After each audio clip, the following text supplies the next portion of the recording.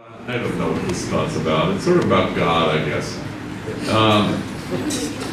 I remember a homie brought his son into my office. He goes, "Manny has 2 questions for you." And he's a little guy, like, 6 or something. And I said, "Fire away." And I was leaning on my desk, and he kind of leans in. He's kind of nervous, but fearless. And he says, "Does God have hair, and does he wear a robe?" And I said, "Yes, and only when he steps out of the shower."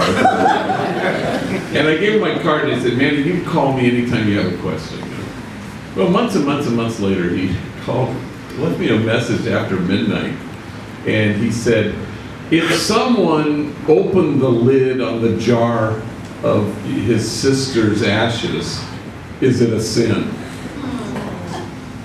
And it just made me think today about how kind of our notions of who God is and how we project onto God all these kinds of things. Some people give tutus, whether you lift the lid on your sister's urn, Or, is he hairy and does he wear a robe? And we project onto God all sorts of things. We can be disappointed with each other, so we presume that God is endlessly disappointed with us because that's a human thing, and we project that onto God, without discovering that God is spacious and expansive and is too busy loving us to have any time left for anything else. Just can't take his eyes off of us. And that to the extent that we know that that's true about God, then we will know that that's our essential truth too, period. I can remember years ago, I have a compadre named Rogelio, gang member, grew up in the projects and had a similar life to everybody. And he had relocated to Bakersfield and had a bunch of kids. But my ahijado, Andres, was like 5 years old, and they were in a public pool on a summer day, and he was putting his son in kind of a big cannonball, and then he'd throw him in the air, and he'd land many feet over, and he kept doing it. And of course, little kids always say, "Do it again, do it again." So endlessly he was doing it again, doing it again. Finally, my compadre says, "I'm pooped, so I'm going to take a break." So he gets out of the pool and lays down his towel and lies on his stomach with his arms like this, resting his chin on his folded arms, and he's looking at his kid who's still swimming. And Andres swims over to the lip of the pool, and he puts his arms like this, and they're just staring at each other. And Rogelio's telling me this on the phone.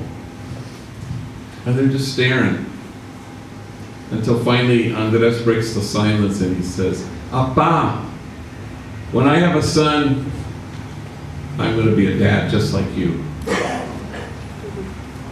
And then there's silence on the phone after Rogelio tells me that. And I said, "What are you feeling right now?"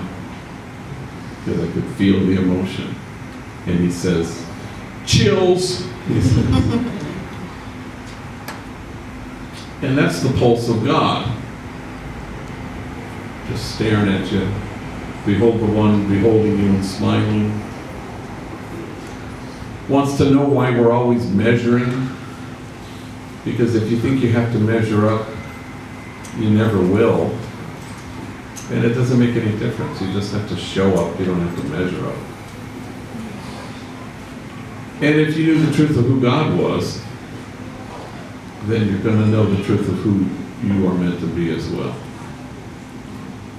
Love. Chills. Amen. Amen.